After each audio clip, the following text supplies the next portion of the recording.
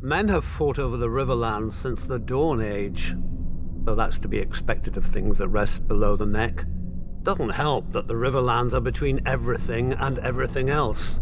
The Westerland's gold, the Reach's grain, the Vale's rock, and the North's snow?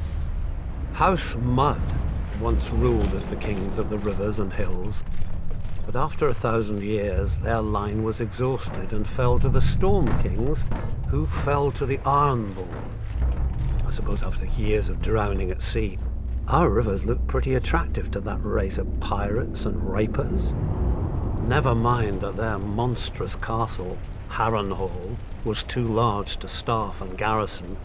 It turned out the Ironborn wouldn't be there long enough to bother. Aegon Targaryen landed to our south, and, as had many before him, liked the look of the Riverlands. My ancestor Edmund Tully led the desertion of Riverlords to his cause, and was rewarded by getting to watch King Harren burn in his own tower.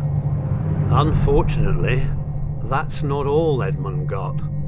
House Tully was named the Lords Paramount of the Trident, which means we had to keep in line all those lords who hadn't governed themselves for thousands of years.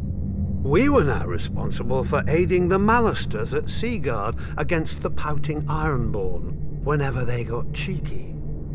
For settling Harrenhal on families stupid enough to think its curse would skip them after devouring all previous families.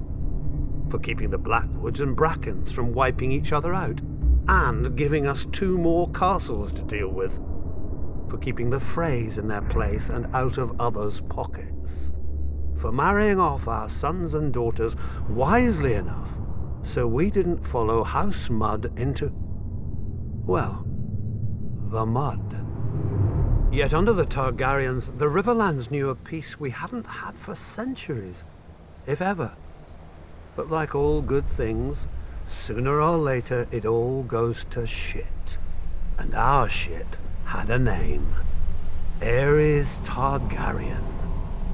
Westeros has had its share of Mad Kings, but usually they had the sense not to bully more than one powerful house at a time. Aerys soon blundered into a triple alliance. The North, Stormlands, and Vale rose against him. But of course, where do you think most of the blood was spilled? My brother Hoster guaranteed the answer to that with the marriage of my niece to Eddard Stark, the Warden of the North.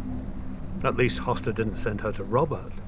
So, the Riverlands joined the war against the Mad King, and it was on one of our rivers that Prince Rhaegar died, sealing the fate of his dynasty. Robert was a great soldier and a horrible king. Drinking and whoring are their own brand of madness when you sit on a throne that everybody wants.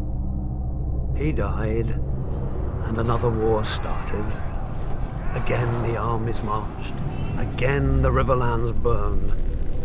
If Westeros isn't careful, pretty soon our people will grow some sense and abandon this place for a safer realm, like the Dothraki Sea.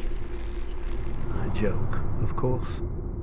The Riverlands are our home, and God's help us, we love it. Still, as they say, the king eats and the hand takes the shit.